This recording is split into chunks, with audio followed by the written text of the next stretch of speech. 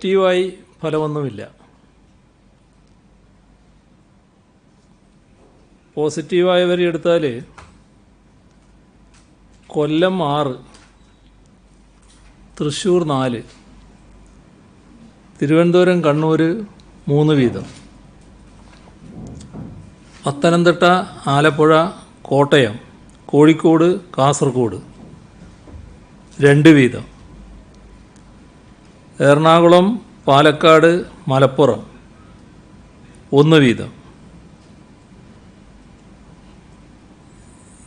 ഇതാണ് പോസിറ്റീവായ ജില്ല തിരിച്ചുള്ള കണക്ക്. ഈ 29 പേരിൽ 21 പേർ വിദേശങ്ങളിൽ നിന്ന് വന്നവരാണ്. 7 പേര് മറ്റ് സംസ്ഥാനങ്ങളിൽ നിന്നാണ്. കണ്ണൂരിൽ ഒരാൾക്ക് സമ്പർക്കത്തിലൂടെ രോഗം ബാധിച്ചിട്ടുണ്ട്. അതൊരു ഹെൽത്ത് വർക്കറാണ്. ഇതുവരെ 630 പേർക്കാണ് രോഗം സ്ഥിരീകരിച്ചത്. അതിൽ 130 പേർ ഇപ്പോൾ ചികിത്സയിലാണ്. 67,789 പേരാണ് ഇപ്പോൾ നിരീക്ഷണത്തിലുള്ളത്. അതിൽ വീടുകളിൽ 67,316 പേർ, 473 പേർ ആശുപത്രികളിൽ. ഇന്ന് ആശുപത്രിയിൽ പ്രവേശിപ്പിച്ചത് 127 പേരെയാണ്. ഇതുവരെ 45,905 സാമ്പിളുകളാണ് പരിശോധനയ്ക്ക് അയച്ചത്. 44,651 എണ്ണം രോഗബാധയില്ല എന്ന് ഉറപ്പാക്കിയിട്ടുണ്ട്. സെന്റിനൽ സർവൈലൻസിൻ്റെ ഭാഗമായി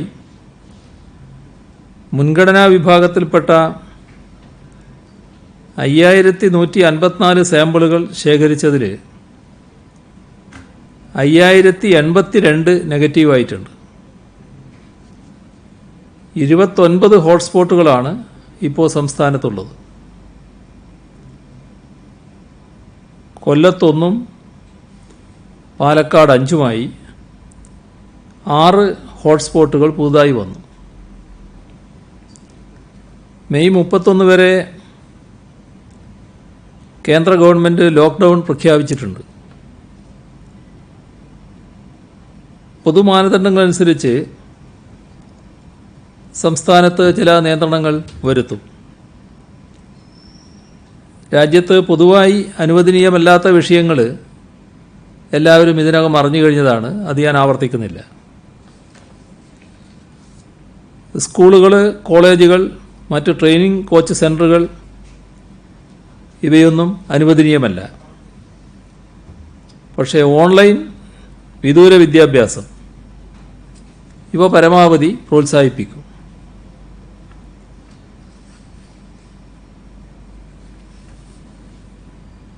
നിബന്ധനകളോടുകൂടി അനുവദിക്കുന്ന കാര്യങ്ങൾ: ജില്ലക്കകത്തുള്ള പൊതുഗതാഗതം, അത് ജലഗതാഗതമടക്കം വരും. അതിൽ സീറ്റിംഗ് കപ്പാസിറ്റിയുടെ 50% ആളുകളെ മാത്രമേ അനുവദിക്കാനാവൂ. യാത്രക്കാർ നിന്നുകൊണ്ട് യാത്ര ചെയ്യാറുണ്ട്, അത് അനുവദിക്കില്ല.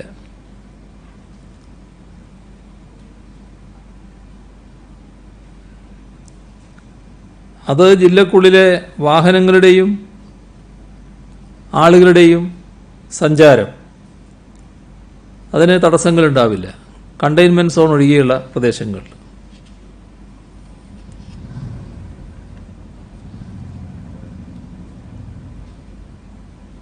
അന്തർജില്ലാ യാത്രകൾ പൊതുഗതാഗതം ഉണ്ടാവില്ല, അല്ലാത്ത യാത്രകളാവാം. അത് രാവിലെ 7 മണി മുതൽ വൈകിട്ട് 7 മണി വരെ. ആ യാത്രക്ക് പ്രത്യേക യാത്രാ പാസ് ആവശ്യമില്ല. തിരിച്ചറിയൽ കാർഡ് കയ്യിൽ കരുതിയാൽ മതിയാവും. കോവിഡ്-19 നിർവ്യാപനവുമായി ബന്ധപ്പെട്ട പ്രവൃത്തിയിലേർപ്പെട്ടിരിക്കുന്നവർ, അവശ്യ സർവീസിലുള്ള സർക്കാർ ജീവനക്കാർ, ഇവർക്ക് യാത്ര ചെയ്യുന്നതിന് ഈ സമയപരിധി ബാധകമല്ല. ഇലക്ട്രീഷ്യന്മാർ, മറ്റ് ടെക്നീഷ്യന്മാർ തങ്ങളുടെ ട്രേഡ് ലൈസൻസ് കോപ്പി കയ്യിൽ കരുതണം. സമീപമല്ലാത്ത ജില്ലകളിലേക്ക് അനുവദനീയമായ ആവശ്യങ്ങൾക്ക് യാത്ര ചെയ്യുന്നതിന് ബന്ധപ്പെട്ട പോലീസ് സ്റ്റേഷനിൽ നിന്നോ ജില്ലാ കളക്ടറിൽ നിന്നോ അനുമതി നേടിയിരിക്കണം. അവശ്യ സർവീസുകളിൽ ജോലി ചെയ്യുന്ന ജീവനക്കാർക്ക് ഇത് ബാധകമല്ല. ജോലി ആവശ്യങ്ങൾക്കായി സ്ഥിരമായി ദൂരെയുള്ള ജില്ലകളിലേക്ക് യാത്ര ചെയ്യുന്നവർ പ്രത്യേക യാത്രാ പാസ് ജില്ലാ കളക്ടറിൽ നിന്നോ പോലീസ് മേധാവിയിൽ നിന്നോ നേടേണ്ടതാണ്. പക്ഷേ കണ്ടെയ്ൻമെൻറ്റ് സോണുകളിൽ പ്രവേശനത്തിന് കൂടുതൽ ശക്തമായ നിരീക്ഷണം ഉണ്ടാവും. അനുവദനീയമായ പ്രവൃത്തികൾക്ക് പുറമെ ലോക്ക്ഡൗൺ മൂലം ഒറ്റപ്പെട്ടുപോയ വിദ്യാർത്ഥികൾ, ബന്ധുക്കൾ ഇവരെ കൂട്ടിക്കൊണ്ടുവരുന്നതിനും അവരവരുടെ വീടുകളിലേക്ക് പോകുന്നതിനും ജോലിയിടങ്ങളിൽ കുടുങ്ങിപ്പോയ തൊഴിലാളികൾക്കും ജീവനക്കാർക്കും വീടുകളിൽ പോകുന്നതിനും അനുമതി നൽകും. മറ്റ് അടിയന്തര ആവശ്യങ്ങളുമായി ബന്ധപ്പെട്ടും അന്തർജില്ലാ യാത്ര അനുവദിക്കും. സ്വകാര്യ വാഹനങ്ങൾ, ടാക്സി ഉൾപ്പെടെയുള്ള 4 ചക്ര വാഹനങ്ങളിൽ ഡ്രൈവർക്ക് പുറമെ 2 പേരാണ് യാത്ര ചെയ്യാവുന്നത്. കുടുംബമാണെങ്കിൽ 3 പേര്. ഓട്ടോറിക്ഷകളിൽ ഡ്രൈവർക്ക് പുറമെ ഒരാൾ, കുടുംബമാണെങ്കിൽ 3 പേർ. ഇരുചക്ര വാഹനങ്ങളിൽ സാധാരണ ഒരാൾ മാത്രമാണ്. കുടുംബാംഗമാണെങ്കിൽ മാത്രം പിൻസീറ്റ് യാത്ര അനുവദിക്കും. ആരോഗ്യ കാരണങ്ങൾ ഉൾപ്പെടെയുള്ള അത്യാവശ്യ കാര്യങ്ങൾക്കായി പോകുന്നവർക്ക് ഇളവ് അനുവദിക്കാൻ പോലീസ് പ്രത്യേകമായി തന്നെ ശ്രദ്ധിക്കും. വിവിധ സോണുകളിലെ കണ്ടെയ്ൻമെൻറ്റ് സോണുകളിലേക്കും അതിനു പുറത്തേക്കുമുള്ള യാത്രകൾ അനുവദനീയമല്ല. അടിയന്തര ഘട്ടങ്ങളിൽ ഇത്തരം യാത്ര നടത്തുന്നവർ എത്തിച്ചേരുന്ന സ്ഥലത്ത് 14 ദിവസത്തെ ഹോം ക്വാറന്റൈനോ സ്ഥാപന ക്വാറന്റൈനോ അതിലേർപ്പെടേണ്ടതാണ്. എന്നാൽ മാർഗനിർദ്ദേശങ്ങളനുസരിച്ച് അനുവദനീയമായ പ്രവൃത്തികൾക്കുള്ള യാത്രകൾ സർക്കാർ ജീവനക്കാർ അത്തരം യാത്ര നടത്തേണ്ടി വരും. സന്നദ്ധ സേവകർ നടത്തേണ്ടി വരും. അവർക്കൊന്നും ഇത് ബാധകമല്ല.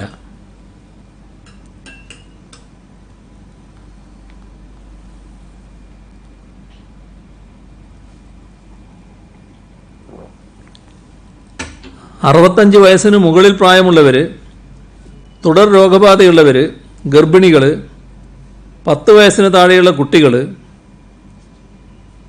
അടിയന്തര ചികിത്സാ ആവശ്യങ്ങൾക്കൊഴികെ ഇത്തരക്കാരെല്ലാം പരമാവധി വീടുകളിൽ തന്നെ കഴിയണം. എന്തെങ്കിലും വളരെ അടിയന്തരമായിട്ടുള്ള കാര്യത്തിന് മാത്രമേ പുറത്തിറങ്ങാൻ പാടുള്ളൂ. വാണിജ്യ സ്ഥാപനങ്ങളും മറ്റ് വ്യാപാര സ്വകാര്യ സ്ഥാപനങ്ങളും, അതിൽ മാളുകൾ പ്രവർത്തനാനുമതി ഇല്ല എന്ന് കേന്ദ്ര നിർദ്ദേശം തന്നെ പറഞ്ഞിട്ടുണ്ട്. ചില ഷോപ്പിംഗ് കോംപ്ലക്സുകളുണ്ട്, മാളുകളല്ലാത്ത. അവിടെ ഒരു ദിവസം ആകെയുള്ള കടകളുടെ 50% തുറന്ന് പ്രവർത്തിക്കും. അപ്പോൾ ആ വ്യവസ്ഥയിലാണ് കടകൾ തുറക്കാനുള്ള അനുമതി നൽകുക. ഏത് ദിവസം ഏത് കട തുറക്കണമെന്നത് ആ ഷോപ്പിംഗ് കോംപ്ലക്സിലെ കൂട്ടായ്മ ബന്ധപ്പെട്ട തദ്ദേശ സ്വയംഭരണ സ്ഥാപനവുമായി ചർച്ച ചെയ്തുകൊണ്ട് തദ്ദേശ സ്വയംഭരണ സ്ഥാപനത്തിൻ്റെ അനുമതിയോടുകൂടി തീരുമാനിക്കാം.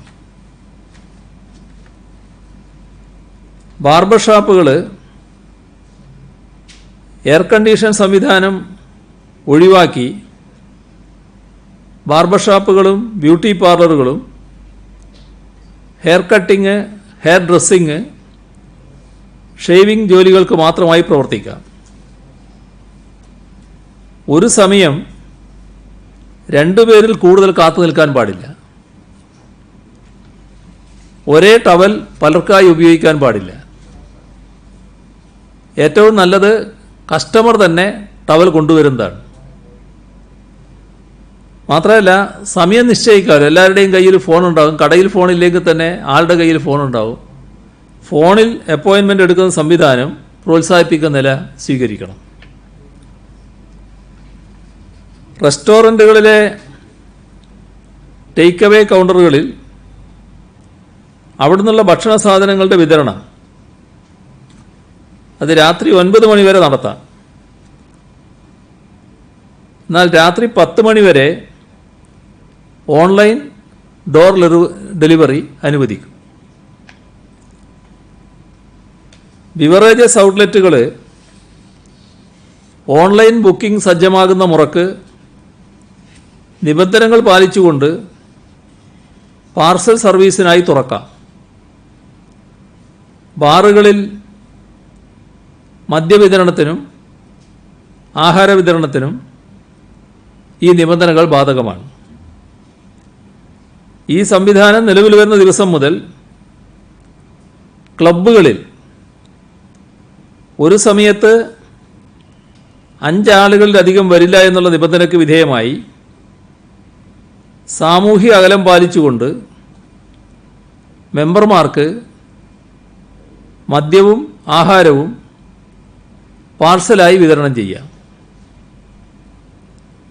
ടെലിഫോൺ വഴിയുള്ള ബുക്കിങ്ങോ അനുയോജ്യമായ മറ്റു മാർഗങ്ങളോ ക്ലബ്ബുകൾ ഇതിനായി സ്വീകരിക്കണം. ക്ലബ്ബുകളിൽ മെമ്പർമാരല്ലാത്തവരുടെ പ്രവേശനം അനുവദനീയമല്ല. കള്ളുഷാപ്പുകളിൽ നിലവിലുള്ള വ്യവസ്ഥകൾക്ക് വിധേയമായി കള്ളും ആഹാരവും വിതരണം ചെയ്യാവുന്നതാണ്. സർക്കാർ ഓഫീസുകളിൽ എല്ലാ വിഭാഗം ജീവനക്കാരും 50% പേർ ഹാജരാകേണ്ടതാണ്. ശേഷിക്കുന്ന ജീവനക്കാർ വീടുകളിലിരുന്ന് ഔദ്യോഗിക കൃത്യങ്ങൾ നിർവഹിക്കേണ്ടി വരും. ആവശ്യമെങ്കിൽ മേലുദ്യോഗസ്ഥന്റെ നിർദ്ദേശാനുസരണം ഓഫീസിലെത്തുകയും വേണം. പൊതുജനങ്ങൾക്കുള്ള സേവനം നൽകാൻ ആവശ്യമായ ജീവനക്കാരെ വിന്യസിക്കേണ്ടതാണ്. ഇനിയൊരു ഉത്തരവുണ്ടാകുന്നതുവരെ ശനിയാഴ്ച ദിവസം സർക്കാർ ഓഫീസുകൾക്ക് അവധി ദിവസമായിരിക്കും. തൊട്ടടുത്തുള്ള ജില്ലകളിലേക്ക് ജീവനക്കാർക്ക് ഔദ്യോഗിക തിരിച്ചറിയൽ രേഖ ഉപയോഗിച്ച് യാത്ര ചെയ്യാം. മറ്റ് ജില്ലകളിൽ നിന്നും സ്ഥിരമായി ഓഫീസിലേക്ക് യാത്ര ചെയ്യുന്നവരുണ്ടെങ്കിൽ മേലധികാരിയുടെ സാക്ഷ്യപത്രം കയ്യിൽ കരുതണം. ലോക്ക്ഡൗൺ പ്രഖ്യാപിച്ചതിന് ശേഷം ഓഫീസുകളിൽ ഹാജരാകാൻ സാധിക്കാത്ത സർക്കാർ ജീവനക്കാർ 2 ദിവസത്തിനകം ജോലി ചെയ്യുന്ന ജില്ലകളിലേക്ക് മടങ്ങണം. ഇപ്രകാരം യാത്ര ചെയ്യാൻ കഴിയാത്തവർ അതത് ജില്ലാ കലക്ടറുടെ മുൻപിൽ റിപ്പോർട്ട് ചെയ്യണം. ജില്ലാ കലക്ടർ കോവിഡ്-19 നിർവ്യാപന പ്രവർത്തനങ്ങൾക്കായി തദ്ദേശ സ്വയംഭരണ സ്ഥാപനങ്ങളിലോ ജില്ലാ കലക്ടറേറ്റിലോ അവരുടെ സേവനം ഉപയോഗിക്കേണ്ടതുമാണ്. പരീക്ഷാ നടത്തിപ്പിനാവശ്യമായ മുന്നൊരുക്കങ്ങൾ നടത്തുന്നതിനായി വിദ്യാഭ്യാസ സ്ഥാപനങ്ങൾ സർക്കാരായാലും എയ്ഡഡ് ആയാലും അൺഎയ്ഡഡ് ആയാലും എല്ലാം ഉൾപ്പെടെ പ്രവർത്തിക്കാവുന്നതാണ്. ഇതിന് ശനിയാഴ്ച ഒഴിവ് ബാധകമല്ല. കേന്ദ്ര സർക്കാർ ഓഫീസുകൾ കേന്ദ്ര സർക്കാർ പുറപ്പെടുവിച്ചിട്ടുള്ള നിബന്ധനകൾക്ക് അനുസൃതമായിട്ടായിരിക്കും പ്രവർത്തിക്കുക. ഉൽപാദന പ്രക്രിയയിൽ ഏർപ്പെട്ടിരിക്കുന്ന പൊതുമേഖലാ സ്ഥാപനങ്ങൾ ഉൾപ്പെടെയുള്ള സ്ഥലങ്ങളിൽ അധിക സാമ്പത്തിക ബാധ്യതയില്ലാതെ ആവശ്യമായ ക്രമീകരണങ്ങൾ നടപ്പാക്കാവുന്നതാണ്. വിവാഹ ചടങ്ങുകൾ പരമാവധി 50 ആൾക്കാരെ വെച്ചും അനുബന്ധ ചടങ്ങുകൾ പരമാവധി 10 പേരെ വെച്ചും മാത്രം നടത്തേണ്ടതാണ്. മരണാനന്തര ചടങ്ങുകൾ പരമാവധി 20 ആൾക്കാരെ വെച്ച് മാത്രം നടത്തേണ്ടതാണ്. വർക്കിംഗ് മെൻ വിമൻ ഹോസ്റ്റലുകളുടെ സുഗമമായ പ്രവർത്തനം സ്ഥാപന മേധാവികൾ ഉറപ്പാക്കേണ്ടതാണ്. ബ്രേക്ക് ദ ചെയിൻ ക്യാമ്പയിനുമായി ബന്ധപ്പെട്ട പ്രവൃത്തികൾ ഊർജിതമായി നടത്താനാവണം. കടകളിലും ബാർബർ ഷോപ്പുകളടക്കമുള്ള എല്ലാ അനുവദനീയ സ്ഥാപനങ്ങളിലും സാനിറ്റൈസറിൻ്റെ ഉപയോഗം കൃത്യമായി ഉറപ്പാക്കണം. ഇത്രയും കാലം സ്ഥാപനങ്ങൾ അടഞ്ഞുകിടന്നതാണ്. ഇപ്പോൾ നാളെ തന്നെ തുറന്ന് പ്രവർത്തിക്കാൻ പാടില്ല. നാളെ എല്ലാവരും സ്ഥാപനം തുറന്ന് ശുചിയാക്കുക. അപ്പം അങ്ങനെ ശുചിയാക്കിയ ശേഷം ബുധനാഴ്ച മുതൽ പ്രവർത്തനം ആരംഭിക്കാം. അനുവദനീയമായ എല്ലാ പ്രവൃത്തികളും കൃത്യമായ ശാരീരിക അകലം പാലിച്ച് മാത്രമേ നിർവഹിക്കാൻ പാടുള്ളൂ. 6 അടി അകലം പാലിക്കണം. 1.8 മീറ്റർ. അനുവദനീയമല്ലാത്ത രാത്രി യാത്രകൾ ഒഴിവാക്കുന്നതിനായി CRPC സെക്ഷൻ 144 അനുസരിച്ചുള്ള നിരോധിത ഉത്തരവുകൾ നടപ്പാക്കാൻ ബന്ധപ്പെട്ടവർ ശ്രദ്ധിക്കേണ്ടതാണ്. ആവശ്യമുള്ളിടത്ത് അത്തരം ഉത്തരവുകൾ പുറപ്പെടുവിക്കാവുന്നതാണ്. നേരത്തെ യാത്ര തുടങ്ങി 7 മണിക്ക് അവസാനിപ്പിക്കാൻ സാധിക്കാത്തവരുടെ രാത്രി യാത്രകൾ ഈ ഗണത്തിൽപ്പെടുത്തേണ്ടതില്ല. സ്വർണം, പുസ്തകം തുടങ്ങി ഉപഭോക്താക്കളുടെ സ്പർശനം കൂടുതലായി ഉണ്ടാകുന്ന ഇടങ്ങളിൽ പരമാവധി ശ്രദ്ധ ചെലുത്തേണ്ടതും അതില്ലാതാക്കാനും അണുവിമുക്തമാക്കാനും കൂടുതൽ ശ്രദ്ധ പതിപ്പിക്കേണ്ടതാണ്. COVID-19 നിർവ്യാപനവുമായി ബന്ധപ്പെട്ട് ജോലി സ്ഥലങ്ങളിൽ പാലിക്കേണ്ട മാർഗനിർദ്ദേശങ്ങൾ ഉത്തരവിൽ ഉൾപ്പെടുത്തിയിട്ടുണ്ട്. ഇനിയൊരു ഉത്തരവുണ്ടാകുന്നതുവരെ ഞായറാഴ്ച പൂർണ്ണമായും ലോക്ക്ഡൗൺ പാലിക്കേണ്ടതാണ്. വിശദാംശങ്ങൾ ഉത്തരവിലുണ്ട്. തുടർ പ്രവർത്തനം ആവശ്യമായ നിർമ്മാണ യൂണിറ്റുകളും അവയുടെ സപ്ലൈ ചെയിനുകളും ചരക്ക് വാഹനങ്ങളുടെ ഗതാഗതവുമൊക്കെ അനുവദിക്കുകയാണ്. ആരാധനയുടെ ഭാഗമായി കർമ്മങ്ങളും ആചാരങ്ങളും നടത്താൻ ചുമതലപ്പെട്ടവർക്ക് ആരാധനാലയങ്ങളിലേക്ക് യാത്ര ചെയ്യാനുള്ള അനുവാദമുണ്ടാകും. പ്രഭാത നടത്തം, സൈക്ലിംഗ് ഇവ അനുവദിക്കാവുന്നതാണ്. ഞായറാഴ്ച യാത്ര അടിയന്തര ഘട്ടങ്ങളിൽ ജില്ലാ അധികാരികളുടെ പോലീസ് വകുപ്പിൻ്റെ പാസിൻ്റെ അടിസ്ഥാനത്തിൽ മാത്രമേ യാത്ര ചെയ്യാൻ പാടുള്ളൂ. എല്ലാ ജില്ലകളിലും ആവശ്യമെങ്കിൽ ഈ മാർഗനിർദ്ദേശങ്ങൾക്കുപരിയായുള്ള നിയന്ത്രണങ്ങൾ ഏർപ്പെടുത്തുവാൻ ജില്ലാ ദുരന്ത നിവാരണ അതോറിറ്റിക്ക് അധികാരമുണ്ടായിരിക്കും. കണ്ടെയ്ൻമെൻറ് സോണുകളിൽ പ്രത്യേക ശ്രദ്ധ ചെലുത്താനും ആവശ്യമായ നിയന്ത്രണം കൊണ്ടുവരാനും ബന്ധപ്പെട്ട അധികാരികൾ ശ്രദ്ധിക്കേണ്ടതാണ്. ലോക്ക്ഡൗണുമായി ബന്ധപ്പെട്ട നിയന്ത്രണങ്ങൾ ഏതെങ്കിലും ആളുകൾ ലംഘിക്കുകയാണെങ്കിൽ 2005 ദുരന്ത നിവാരണ നിയമത്തിലെ 51 മുതൽ 60 വരെയുള്ള വകുപ്പുകൾ പ്രകാരവും ഇന്ത്യൻ പീനൽ കോഡിൻ്റെ 188 വകുപ്പ് പ്രകാരവും ഉചിതമായ മറ്റ് ചട്ടങ്ങൾ പ്രകാരവും നിയമ നടപടികൾക്ക് വിധേയനാകേണ്ടി വരും. നിർവഹണ ചുമതലയുള്ള എല്ലാ വിഭാഗങ്ങളും നിർദ്ദേശങ്ങൾ കൃത്യമായി നടപ്പാക്കേണ്ടതാണ്. മലയാളികളെ നാട്ടിലെത്തിക്കുന്നതിനുള്ള പ്രത്യേക ട്രെയിൻ ഡൽഹിയിൽ നിന്നും 20-ാം തീയതി ബുധനാഴ്ച പുറപ്പെടാൻ തീരുമാനിച്ചിട്ടുണ്ട്. അതിനുള്ള ക്രമീകരണങ്ങളെല്ലാം പൂർത്തിയാക്കിയിട്ടുണ്ട്. പഞ്ചാബ്, കർണാടക, ആന്ധ്ര, തെലുങ്കാന, മധ്യപ്രദേശ്, ഗുജറാത്ത്, മഹാരാഷ്ട്ര, ഉത്തർപ്രദേശ്, ജാർഖണ്ഡ്, ഒറീസ, ബീഹാർ തുടങ്ങിയ സംസ്ഥാനങ്ങളിൽ നിന്നും പ്രത്യേക ട്രെയിൻ ഏർപ്പെടുത്താനുള്ള നടപടിക്രമങ്ങൾ അന്തിമഘട്ടത്തിലാണ്.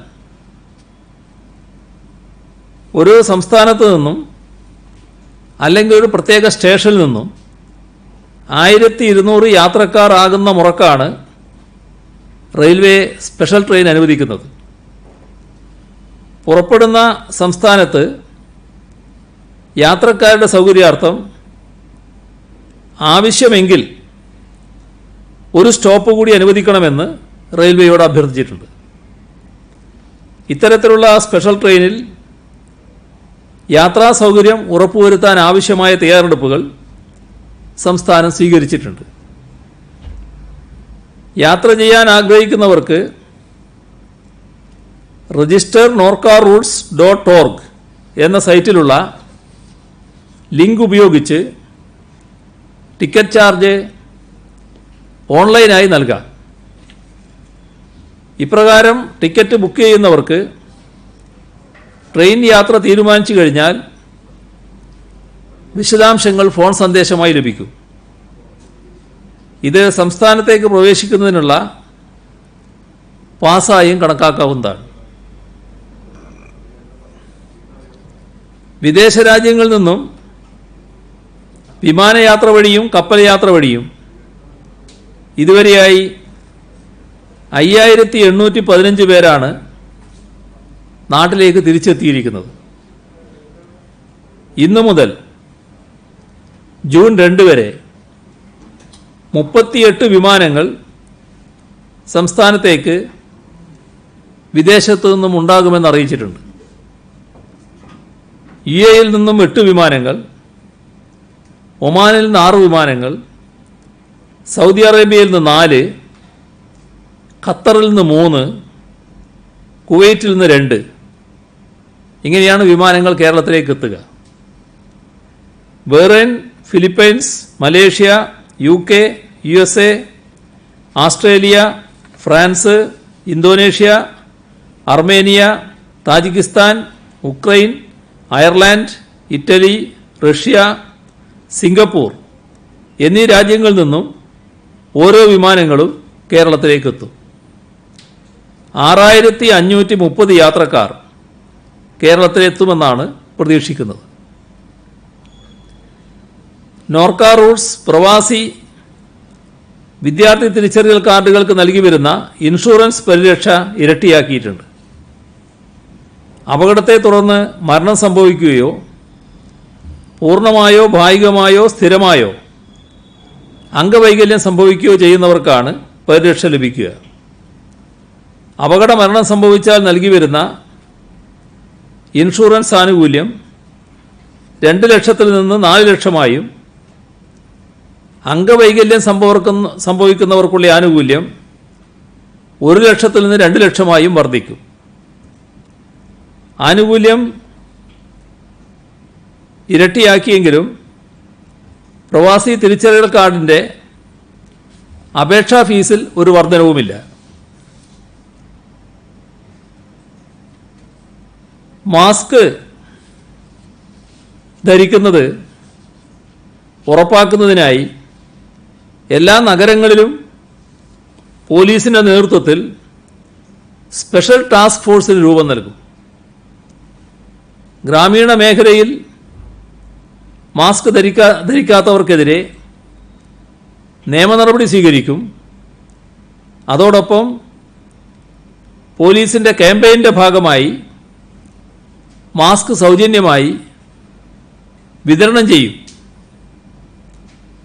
മാസ്ക് ധരിക്കാത്തതിന് ഇന്ന് സംസ്ഥാനത്ത് 1344 സംഭവങ്ങൾ റിപ്പോർട്ട് ചെയ്തിട്ടുണ്ട്. ക്വാറന്റൈൻ ലംഘിച്ച 16 പേർക്കെതിരെ ഇന്ന് കേസ് രജിസ്റ്റർ ചെയ്തിട്ടുണ്ട്. കണ്ടെയ്ൻമെൻറ്റ് മേഖലകൾ ഒഴികെ രാവിലെ 7 മുതൽ രാത്രി 7 വരെ ജില്ല വിട്ട് യാത്ര ചെയ്യുന്നതിന് നിലവിലുള്ള പാസ് സംവിധാനം നിർത്തലാക്കും. എന്നാൽ അത്യാവശ്യ കാര്യങ്ങൾക്ക് രാത്രി 7-നും രാവിലെ 7-നുമിടയിൽ യാത്ര ചെയ്യുന്നവർ നിർബന്ധമായും പോലീസ് പാസ് വാങ്ങണം. ഹോട്ടലിലും മറ്റും നിന്ന് രാത്രി 10 മണി വരെ ഭക്ഷണം പാർസലായി വാങ്ങുന്നതിന് അനുവാദം നൽകിയിട്ടുണ്ട്.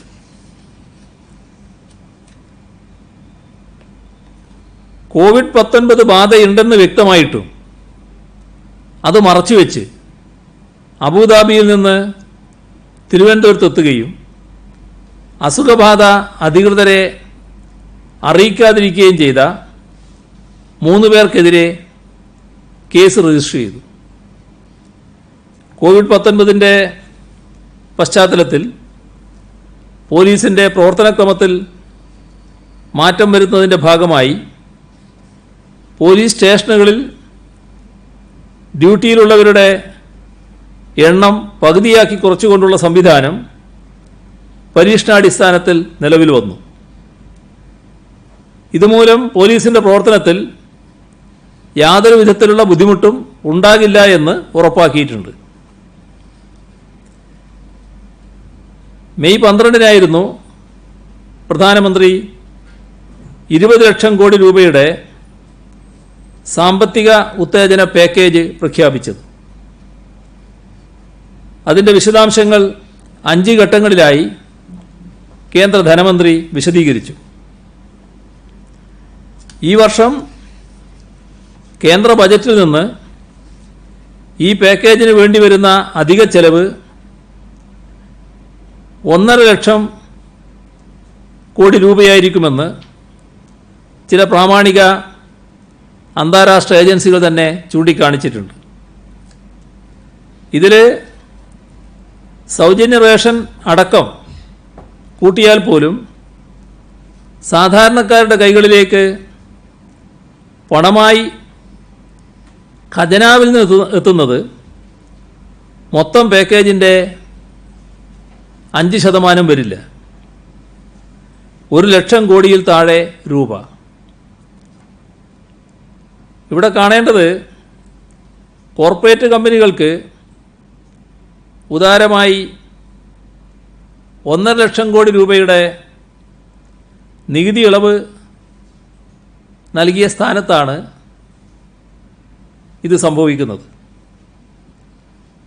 RBIയുടെ പണനയത്തിൻ്റെ ഭാഗമായി ബാങ്കുകൾക്ക് ലഭ്യമായ തുകയും ഈ ബാങ്കുകൾ കൃഷിക്കാർക്കും ചെറുകിട വ്യവസായികൾക്കും നൽകുമെന്ന് പ്രതീക്ഷിക്കുന്ന തുകയുമാണ് 20 ലക്ഷം കോടിയിലെ സിംഹഭാഗവും. RBI ബാങ്കുകൾക്ക് നൽകിയ പണത്തിൽ 8.5 ലക്ഷം കോടി രൂപ ഈ മാസം ആദ്യം തന്നെ ബാങ്കുകൾ 3.5% താഴ്ന്ന പലിശക്ക് റിസർവ് ബാങ്കിൽ തന്നെ നിക്ഷേപിക്കുകയാണ് ചെയ്തത്. ഇന്നത്തെ സാമ്പത്തിക അനിശ്ചിതാവസ്ഥയിൽ ബാങ്കുകൾ വായ്പ നൽകാൻ മടിക്കുന്നു എന്നതാണ് വസ്തുത. കേരള സംസ്ഥാന സർക്കാരിൻ്റെ ഒരു അനുഭവമുണ്ട്. 6000 കോടി രൂപ വായ്പ എടുക്കാൻ ശ്രമിച്ചപ്പോൾ 9% ബാങ്കുകൾ ഈടാക്കിയ പലിശ. നമ്മുടെ രാജ്യത്ത് ഇനിമേൽ ഡിഫൻസ്, എയ്റോസ്പേസ്, ബഹിരാകാശം, ധാതുഖനം, റെയിൽവേ, അറ്റോമിക് എനർജി, പ്രതിരോധം തുടങ്ങിയ എല്ലാ മേഖലകളിലും സ്വകാര്യ സംരംഭകരാകാം.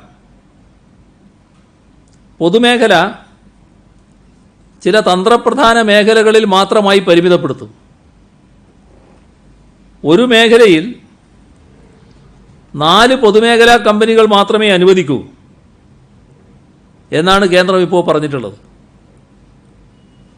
ഇത് കോവിഡ് പ്രതിരോധവുമായി ഒരു ബന്ധവുമില്ലാത്തതാണ്. ഇവിടെ വേണ്ടത് പൊതുജനാരോഗ്യത്തിന് ഊന്നൽ നൽകിക്കൊണ്ടുള്ള പാക്കേജായിരുന്നു. പൊതുജനാരോഗ്യത്തിന് ഊന്നൽ നൽകിക്കൊണ്ടുള്ള പാക്കേജ് എന്നത് വന്നു കഴിഞ്ഞിട്ടില്ല. ഏതായാലും പൊതുമേഖലാ സ്ഥാപനങ്ങളെ ശക്തിപ്പെടുന്ന സമീപനമേ കേരള സർക്കാർ സ്വീകരിക്കാൻ ഉദ്ദേശിക്കുന്നുള്ളൂ. ലോക്ക്ഡൗൺ പ്രഖ്യാപിച്ച ശേഷം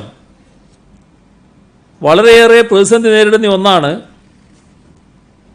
MSME മേഖല, സൂക്ഷ്മ ചെറുകിട ഇടത്തരം മേഖല. 2018-19 സാമ്പത്തിക വർഷം കേരളം ഉൽപ്പാദന മേഖലയിൽ 11.2% വളർച്ച കൈവരിച്ചു. ഇതിൽ പ്രധാന പങ്ക് MSME മേഖലക്കാണ്. അതുകൊണ്ട് തന്നെ ഈ മേഖലയിലെ സ്ഥാപനങ്ങൾക്ക് കേന്ദ്ര സർക്കാർ പ്രഖ്യാപിച്ച വായ്പാ സൗകര്യങ്ങൾ പരമാവധി പ്രയോജനപ്പെടുത്താൻ സംസ്ഥാന സർക്കാർ സത്വര നടപടികൾ സ്വീകരിക്കും. കേന്ദ്രത്തിൻ്റെ പ്രഖ്യാപനം വരുന്നതിന് മുൻപ് തന്നെ സംസ്ഥാന സർക്കാർ MSME മേഖലക്കായി വ്യവസായ ഭദ്രത എന്നൊരു പദ്ധതി തീരുമാനിച്ചിട്ടുണ്ട്. ഇത് കേന്ദ്ര പ്രഖ്യാപനങ്ങളുമായി സംയോജിപ്പിച്ച് നടപ്പാക്കും. നമ്മുടെ പരമ്പരാഗത മേഖലയായ കശുവണ്ടി മേഖല ഉൾപ്പെടെ MSME സ്ഥാപനങ്ങൾ ബാങ്കുകളിലെ വായ്പാ തിരിച്ചടവിന് പ്രതിസന്ധി നേരിടുന്നവയുണ്ട്. ഇവക്ക് കൂടി സഹായകമാകുന്ന സ്ട്രെസ്ഡ് അക്കൗണ്ടുകൾക്കായി കേന്ദ്ര സർക്കാർ പ്രഖ്യാപിച്ച പദ്ധതി വിനിയോഗം ചെയ്യും. വികസനത്തിന് പ്രാപ്തിയുള്ള MSMEകൾക്കായി കേന്ദ്ര സർക്കാർ മദർ ഫണ്ട്, ഡോട്ടർ ഫണ്ട് എന്നീ ആനുകൂല്യങ്ങൾ പ്രഖ്യാപിച്ചിട്ടുണ്ട്. 50,000 കോടി രൂപയുടെ പണലഭ്യത ഉണ്ടാകുമെന്നാണ് പ്രഖ്യാപിച്ചിരിക്കുന്നത്. ഇതിൻ്റെ വിശദാംശങ്ങൾ ലഭ്യമാകുന്ന മുറക്ക് കേരളത്തിൽ അത് പ്രയോജനപ്പെടുത്താൻ പദ്ധതി ആവിഷ്കരിക്കും.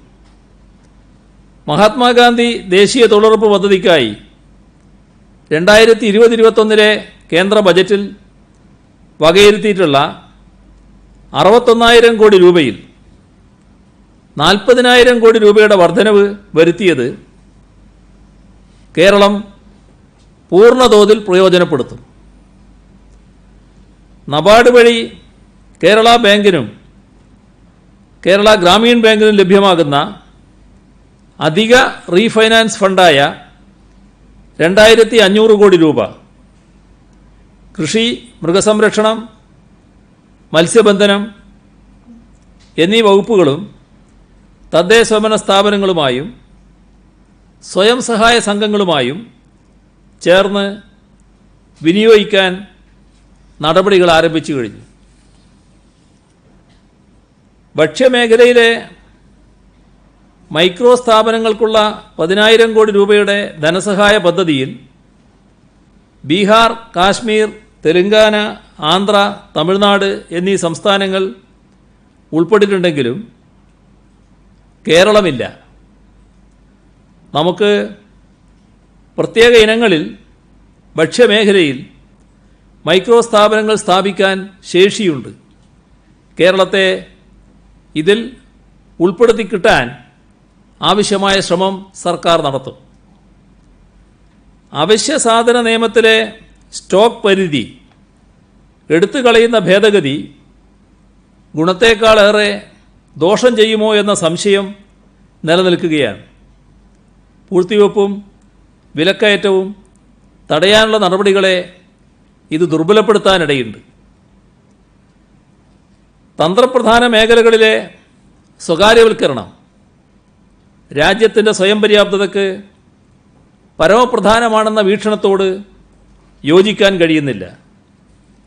കോവിഡ്-19 ശേഷം ആരോഗ്യമേഖലയിലടക്കം സർക്കാരിൻ്റെ ഇടപെടലുകൾ എത്രത്തോളം പ്രാധാന്യമർഹിക്കുന്നുവെന്ന് നാം കണ്ടുകൊണ്ടിരിക്കുകയാണ്.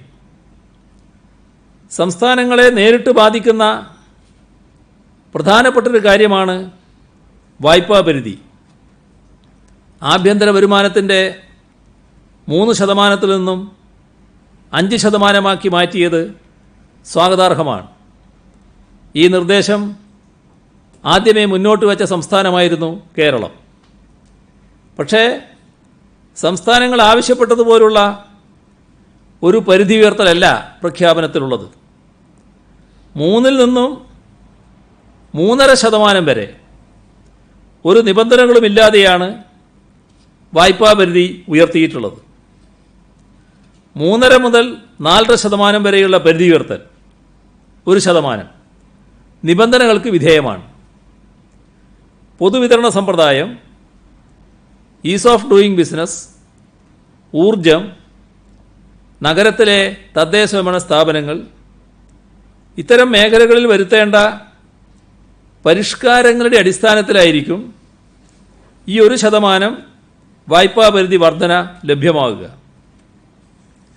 ഓരോ മേഖലയിലെ പരിഷ്കരണത്തിനും 0.25% വർധന, 4.5 നിന്നും 5% വരെയുള്ള വർധന മേൽപ്പറഞ്ഞ 4 പരിഷ്കാരങ്ങളിൽ 3 വിജയകരമായി നടപ്പിലാക്കിയാലാണ് ലഭ്യമാവുക. അപ്പോൾ കേരളത്തിൽ 0.5% വായ്പ നിബന്ധനകൾ കൂടാതെ ലഭിക്കും. ഇതുവഴി ഇപ്പോഴത്തെ വായ്പാ പരിധി 27,100 കോടി രൂപ, അതിൽ 4,500 കോടി രൂപയുടെ വർധനയുണ്ടാവും. ബാക്കി നിബന്ധനകൾക്ക് വിധേയമായി മാത്രമേ ലഭ്യമാവുകയുള്ളൂ. നിബന്ധനകളുടെ കൂടുതൽ വിശദാംശങ്ങൾ ലഭ്യമായിട്ടില്ല. മേൽപ്പറഞ്ഞ നിബന്ധനകളിൽ ഈസ് ഓഫ് ഡൂയിങ് ബിസിനസിൻ്റെ കാര്യത്തിൽ സംസ്ഥാനം സുപ്രധാന ചുവടുവെപ്പുകൾ ഇതിനകം നടത്തിയിട്ടുണ്ട്. കോവിഡ്-19 പശ്ചാത്തലത്തിൽ ഈ വിഷയത്തിൽ പ്രധാനമന്ത്രിക്ക് കത്തയച്ചിട്ടുണ്ട്. സാധ്യമായ അനുമതികൾ അപേക്ഷ സമർപ്പിച്ച് 7 പ്രവൃത്തി ദിവസങ്ങൾക്കുള്ളിൽ ലഭ്യമാക്കാൻ സംസ്ഥാന സർക്കാർ ലക്ഷ്യമിടുന്നു. സംസ്ഥാനങ്ങളുടെ ആഭ്യന്തര വരുമാനം കോവിഡ്-19 ശേഷം വലിയ ഇടിവാണ് നേരിടുന്നത്. അതിനാൽ തന്നെ വായ്പാ പരിധി ഉയർത്തിയാലും പരിമിതമായ പ്രയോജനം മാത്രമേ ലഭിക്കുകയുള്ളൂ. സംസ്ഥാനങ്ങൾ കമ്പോളത്തിൽ നിന്നും വായ്പയെടുത്ത് പലിശ സഹിതം തിരിച്ചടക്കുന്ന തുകക്ക് ഇത്തരം നിബന്ധനകൾ ഏർപ്പെടുത്തുന്നത് ഫെഡറൽ തത്വങ്ങൾക്ക് ചേർന്നതല്ല. പ്രത്യേകിച്ചും ഈ ഒരു പ്രതിസന്ധി ഘട്ടത്തിൽ കേന്ദ്രം ആഭ്യന്തര വരുമാനത്തിൻ്റെ 5.5% കടമെടുക്കാൻ തീരുമാനിച്ചു. സംസ്ഥാനങ്ങൾക്ക് നിബന്ധനകൾക്കനുസൃതമായി മാത്രമേ കഴിയൂ എന്നത് തുല്യനീതിയല്ല. വിശേഷിച്ചും കോവിഡ് പ്രതിരോധ പ്രവർത്തനങ്ങളുടെ മുൻപന്തിയിൽ നിൽക്കേണ്ടത് സംസ്ഥാനങ്ങളാണെന്ന് കേന്ദ്ര ധനമന്ത്രി തന്നെ സമ്മതിച്ച സാഹചര്യത്തിൽ ലോക്ക്ഡൗണിനെ തുടർന്ന് നമ്മുടെ എല്ലാ ആരാധനാലയങ്ങളും അടഞ്ഞുകിടക്കുകയാണ്. വിശ്വാസികളെ സംബന്ധിച്ച് ആരാധനാലയങ്ങളിൽ പോയി പ്രാർത്ഥിക്കാൻ കഴിയാത്തത് ഏറെ മനപ്രയാസമുണ്ടാക്കുന്നുവെന്ന് നമുക്കറിയാം.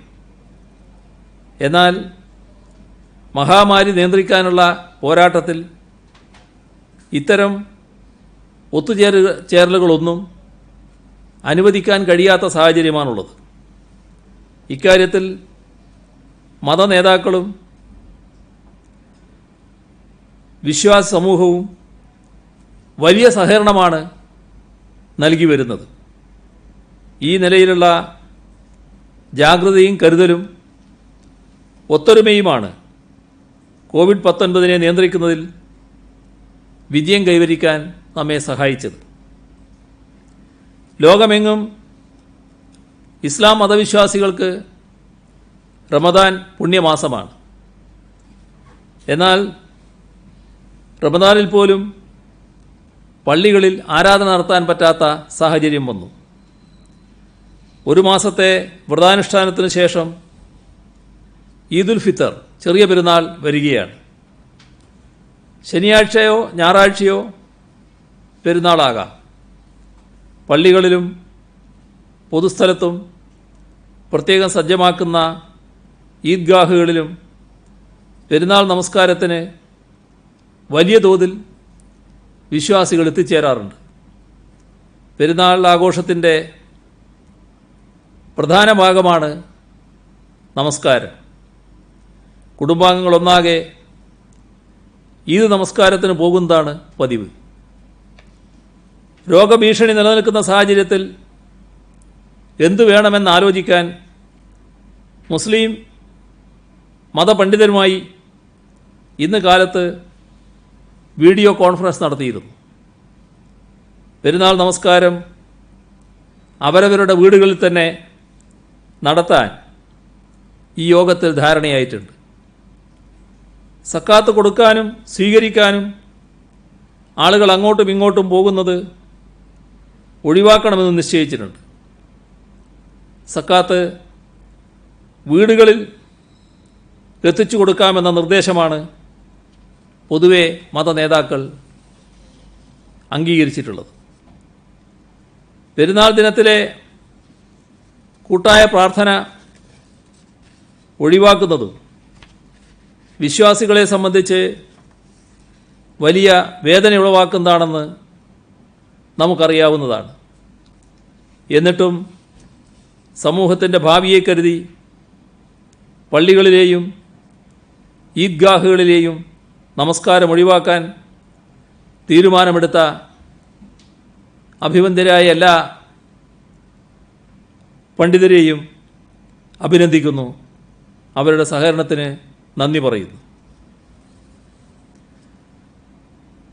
മെയ് 26 മുതൽ 30 വരെ അവശേഷിക്കുന്ന SSLC, higher secondary, vocational higher secondary പരീക്ഷകൾ നടത്താൻ തീരുമാനമെടുത്ത് പരീക്ഷാ ടൈം ടേബിൾ പ്രസിദ്ധീകരിച്ചിരുന്നു. പരീക്ഷകൾ നിശ്ചയിച്ചിരുന്നതുപോലെ തന്നെ നടത്തുന്നതാണ്. ആവശ്യമായ ഗതാഗത സൗകര്യങ്ങൾ സ്കൂൾ ബസ്സുകൾ ഉൾപ്പെടെ ഉപയോഗിച്ച് ഒരുക്കുന്നതാണ്. സാമൂഹ്യ അകലം പാലിക്കണമെന്ന നിബന്ധന നിലനിൽക്കുന്ന ഘട്ടത്തിൽ സ്റ്റേജ് ഗാരേജുകളുടെ വാഹന നികുതി പൂർണ്ണമായും ഈ ഘട്ടത്തിൽ ഒഴിവാക്കുന്നതാണ്. ഈ കാലയളവിൽ മിനിമം ചാർജ് 50% വർദ്ധിപ്പിക്കും. കിലോമീറ്ററിന് 70 പൈസയുടെ തോതിലാണ് ചാർജ് ഈടാക്കുന്നത്. അത് ₹1.10 വർദ്ധിപ്പിക്കുന്ന നില സ്വീകരിക്കും. ഇത് ഇങ്ങനെ വരുന്നത് ബസ്സിൽ യാത്ര ചെയ്യുമ്പോൾ പകുതി സീറ്റിൽ മാത്രമേ യാത്ര ചെയ്യാൻ പറ്റൂ. അപ്പോൾ പകുതി സീറ്റ് ഒഴിച്ചിടണം, ശാരീരിക അകലം പാലിക്കണം. അങ്ങനെ യാത്ര ചെയ്യാൻ പറ്റുകയുള്ളൂ. ജില്ലാ അതിർത്തിക്കകത്ത് മാത്രമേ ബസ് ഓടുന്നുള്ളൂ. അങ്ങനെ വരുമ്പോൾ ബസ് ഓടിയാൽ കനത്ത നഷ്ടം ഒഴിവാകണമെങ്കിൽ ഇത്തരത്തിലൊരു ചാർജ് വർധനവ് ഈ കോവിഡ് ഘട്ടത്തിൽ നൽകേണ്ടതായിട്ട് വരും. ഇത് കോവിഡ് ഘട്ടത്തിന് മാത്രമുള്ളതാണ്, സ്ഥിരമായ ചാർജ് വർധനവല്ല. പക്ഷേ ഇത്തരമൊരു ചാർജ് വർധനവ് മാത്രമേ പ്രായോഗികമായി സ്വീകരിക്കാൻ സാധിക്കുന്നുള്ളൂ. അതോടൊപ്പം യാത്രാ ഇളവുകൾക്ക് അർഹതയുള്ളവർ അവർ ഈ പരിഷ്കരിച്ച ചാർജിൻ്റെ പകുതി നൽകേണ്ടതായിട്ടുണ്ട്. ഒരു പകുതിയെ നൽകേണ്ടതുള്ളൂ, പൂർണ്ണമായി നൽകേണ്ടതില്ല. ബോട്ട് യാത്രാ നിരക്ക് 33% വരെ വർദ്ധിപ്പിക്കും. ബംഗാൾ ഉൾക്കടലിൽ രൂപം കൊണ്ട ഉംപുൻ സൂപ്പർ ചുഴലിക്കാറ്റിൻ്റെ പ്രഭാവത്തിൽ കേരളത്തിൽ വിവിധയിടങ്ങളിൽ ശക്തമായ കാറ്റിനും മഴയ്ക്കും സാധ്യതയുണ്ടെന്ന് കേന്ദ്ര കാലാവസ്ഥാ വകുപ്പ് അറിയിച്ചിട്ടുണ്ട്. കേരള തീരത്ത് നിന്ന് മത്സ്യത്തൊഴിലാളികൾ മത്സ്യബന്ധനത്തിനായി കടലിൽ പോകാൻ പാടുള്ളതല്ല. ശക്തമായ കാറ്റിനും മഴയ്ക്കും മുന്നറിയിപ്പുള്ള സാഹചര്യത്തിൽ പലതരത്തിലുള്ള അപകടത്തിനും സാധ്യതയുള്ളതുകൊണ്ട് ജാഗ്രത പൊതുവെ പാലിക്കേണ്ടതായിട്ടുണ്ട്. ഭക്ഷ്യ സ്വയം പര്യാപ്ത ലക്ഷ്യമാക്കി സംസ്ഥാന സർക്കാർ നടപ്പാക്കുന്ന സംയോജിത കാർഷിക പുനരുജ്ജീവന പദ്ധതിയായ സുഭിക്ഷ കേരളത്തിൻ്റെ ഭാഗമായി വിവരശേഖരം നടത്താൻ കർഷക രജിസ്ട്രേഷൻ പോർട്ടൽ വികസിപ്പിച്ചിട്ടുണ്ട്.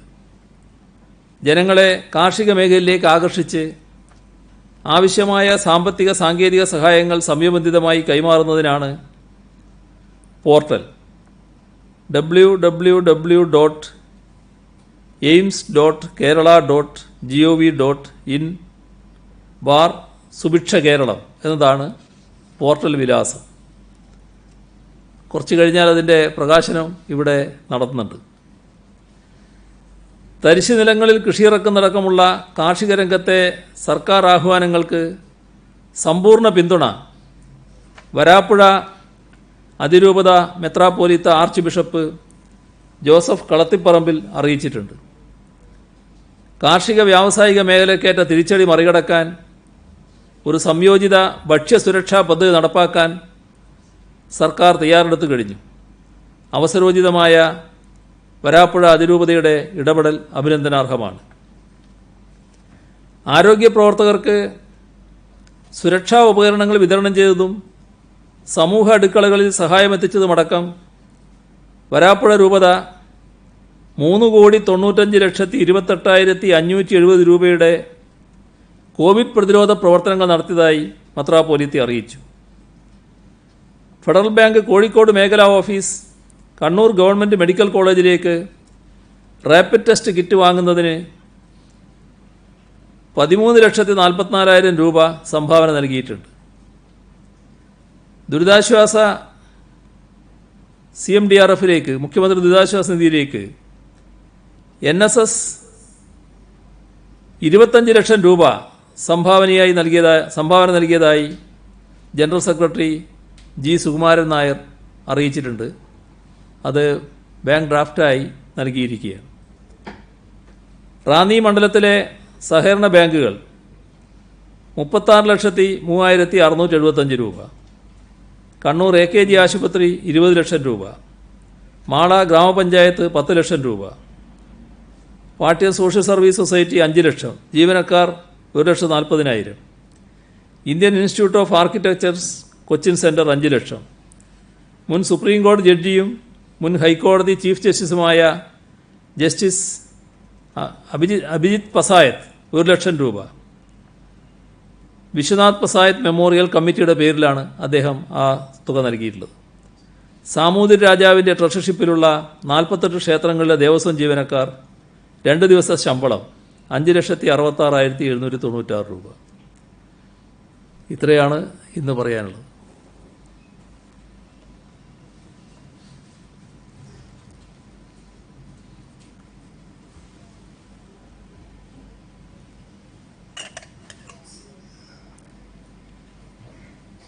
കൂടുതൽ ഇളവുകൾ നൽകുമ്പോൾ ജനങ്ങൾ കൂടുതലായി പുറത്തിറങ്ങും. ഈ കഴിഞ്ഞ 2-3 ദിവസമായി നമുക്ക് കൂടുതൽ പോസിറ്റീവ് കേസുകൾ റിപ്പോർട്ട് ചെയ്യുകയും ചെയ്യുന്നുണ്ട്. ഇപ്പോൾ ജനങ്ങൾ ഈ കോവിഡിനൊപ്പം ജീവിക്കുക എന്ന സന്ദേശമാണോ സർക്കാർ ഇതുവഴി നൽകാൻ ഉദ്ദേശിക്കുന്നത്? എന്ന് സർക്കാർ ആഗ്രഹിക്കുന്നില്ല. പക്ഷേ നാം കാണേണ്ടത് ദീർഘകാലം എല്ലാം അടച്ചിട്ട് ജീവിക്കാൻ നമുക്ക് ഏതായാലും കഴിയില്ല. ഇപ്പോൾ നമുക്ക് വേണ്ടത്ര ഇതിനെക്കുറിച്ചൊരു അവബോധം വന്നിട്ടുണ്ട്. എങ്ങനെയാണ് ഇതിനെ നേരിടേണ്ടത് എന്നതിനെക്കുറിച്ച് ശരിക്കുള്ള അവബോധമുണ്ട്. രോഗം ചില ബന്ധങ്ങളിലൂടെയാണ് വരുന്നത്. അപ്പോൾ അത് ഇല്ലാതിരുന്നാൽ രോഗത്തെ തടയാൻ നമുക്ക് സാധിക്കും. നമ്മളാദ്യം എല്ലാം അടച്ചിട്ടു, നല്ല ഗുണമതിനുണ്ടായി. അതിലൂടെ നമ്മൾ പഠിച്ചതെന്താണ്? രോഗവാഹകനായിട്ടുള്ള ആളുമായി ഏതെങ്കിലും തരത്തിലുള്ള സമ്പർക്കത്തിൽ നമ്മൾ ഏർപ്പെടരുത്. അപ്പോൾ അത് നമുക്ക് തുറന്നും പാലിക്കാൻ കഴിയണം. അതിനാണ് പുറത്തുനിന്ന് വരുന്ന ആളുകളെ എല്ലാവരും രോഗമുള്ളവരായിരിക്കില്ല. പക്ഷേ നമ്മളീ കണ്ടതുപോലെ ചിലർ രോഗമുള്ളവരാണ്.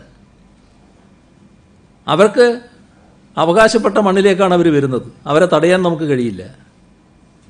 അപ്പോൾ അവർ വരുമ്പോൾ രോഗബാധയുണ്ടോ എന്ന് പരിശോധിക്കേണ്ടതായിട്ടുണ്ട്. ആ പരിശോധനയ്ക്ക് അവർ നിരീക്ഷണത്തിൽ കഴിയണം. അത് നല്ല ജാഗ്രതയോടെ കഴിയണം. അതുകൊണ്ടാണ് 16 ദിവസം പൂർണ്ണമായി അവർ ക്വാറന്റൈനിൽ കഴിയണം എന്ന് തീരുമാനിച്ചത്.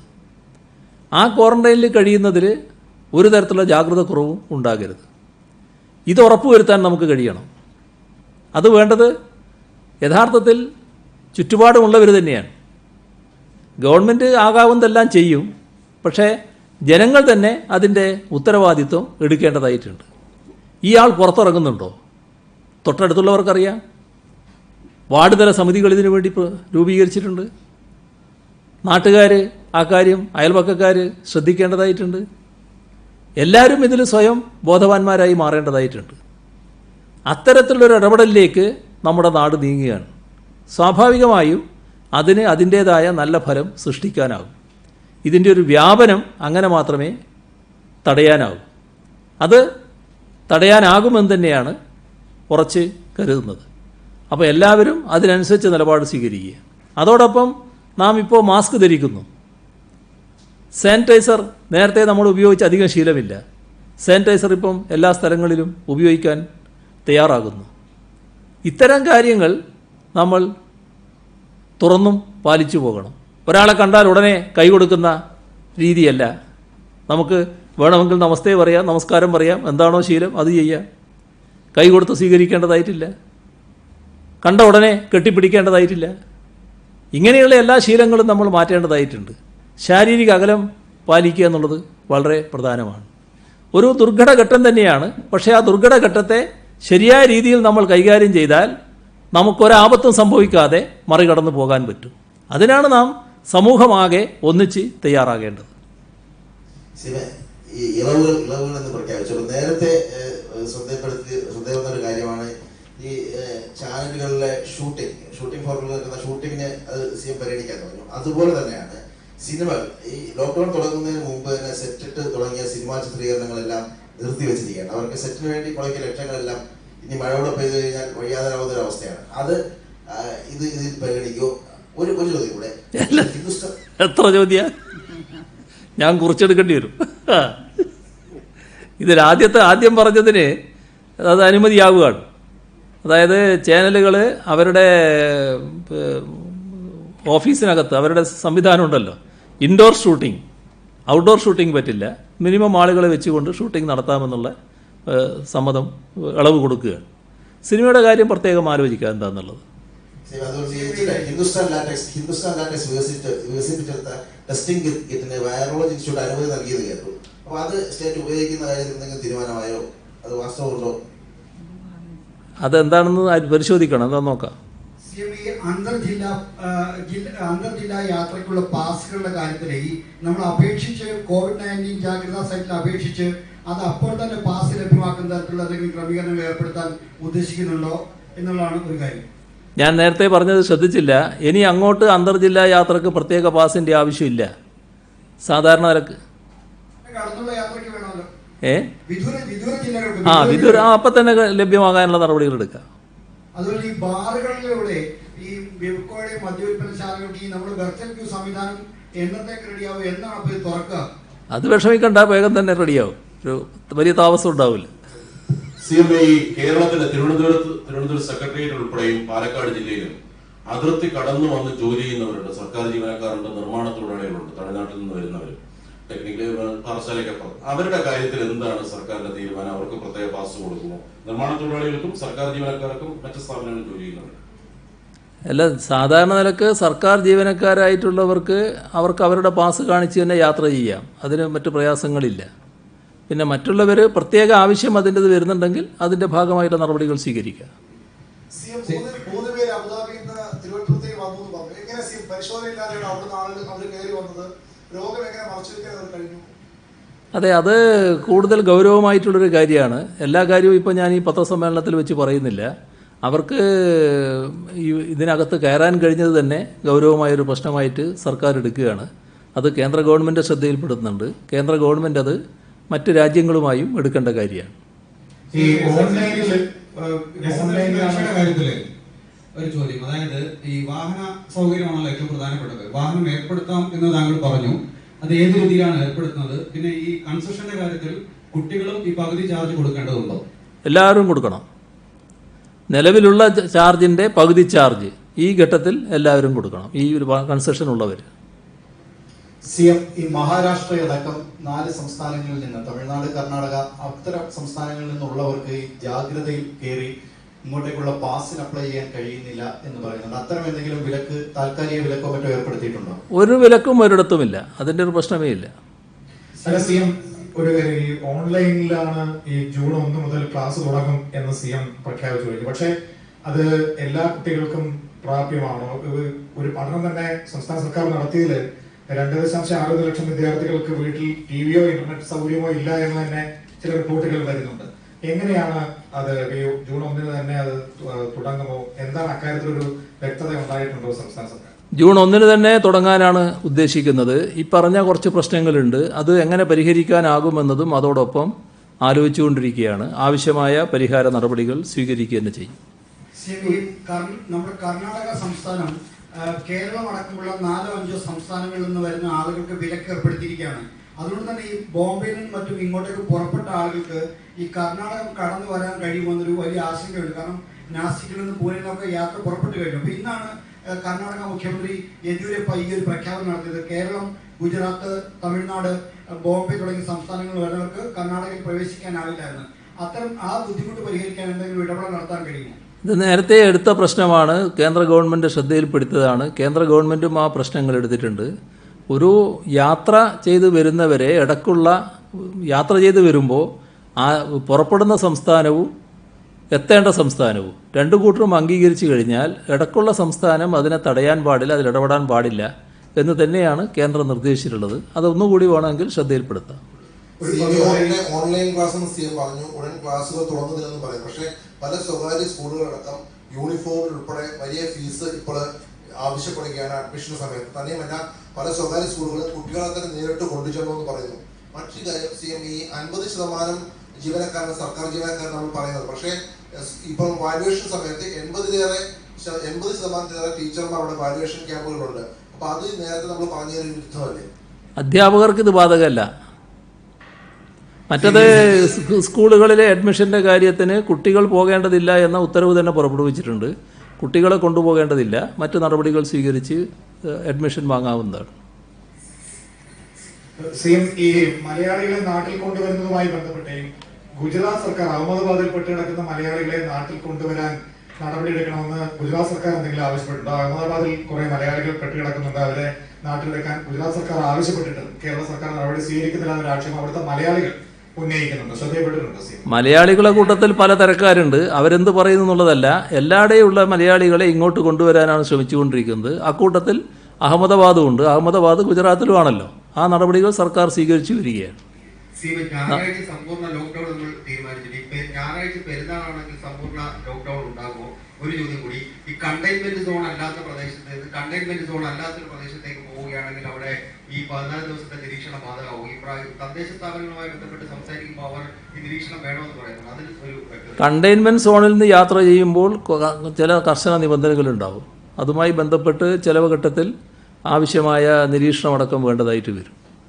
ഈ ഇതിൻ്റെ കാര്യത്തിൽ, പെരുന്നാളിൻ്റെ കാര്യത്തിൽ അവർക്ക് ആ ഘട്ടത്തിലുള്ള ഇളവുകൾ അനുവദിക്കും. അത് പിന്നീട് നോക്കാം ഏതാ ദിവസം എന്നുള്ളത്, അത് വെച്ചിട്ട് പറയും. അല്ല, നമുക്ക് അവസാനിപ്പിക്കണ്ടേ? അല്ല, പ്രഭാതം നടത്താൻ അനുവദിക്കുമെന്ന് പറഞ്ഞിരുന്നു. അപ്പം രാവിലെ ചെറിയ വ്യായാമങ്ങൾ, ഷട്ടിൽ ഉൾപ്പെടെ വ്യായാമങ്ങളുള്ള ആളുകളുണ്ട്. അപ്പൊ അതിനെന്തെങ്കിലും ഇളവ് കൊടുക്കാൻ ഉദ്ദേശിക്കുന്നത്? ഷട്ടിൽ കളിക്കുന്നതിന് തടസ്സമുണ്ടോ ഇപ്പോൾ?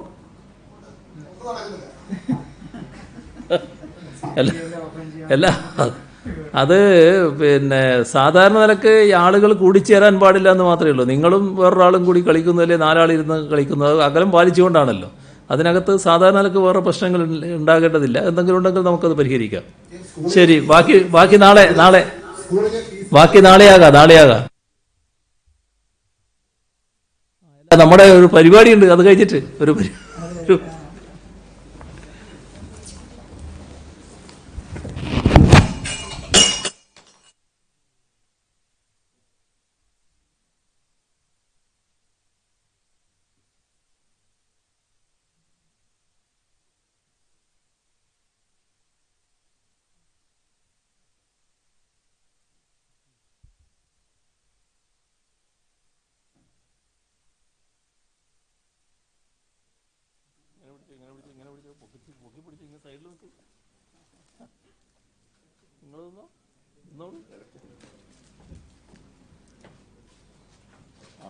ഇത് പോർട്ടലുണ്ട്. പോർട്ടൽ. ശരി. ഓ, എവിടെയാ ക്ലിക്ക് ചെയ്യേണ്ടത്? ഇവിടെയാ? ഓ, ഇല്ലല്ലേ? ആയാ? ശരി, okay. Subscribe to our channel by clicking the subscribe button. Click the bell button and enjoy the latest uploads from our channel.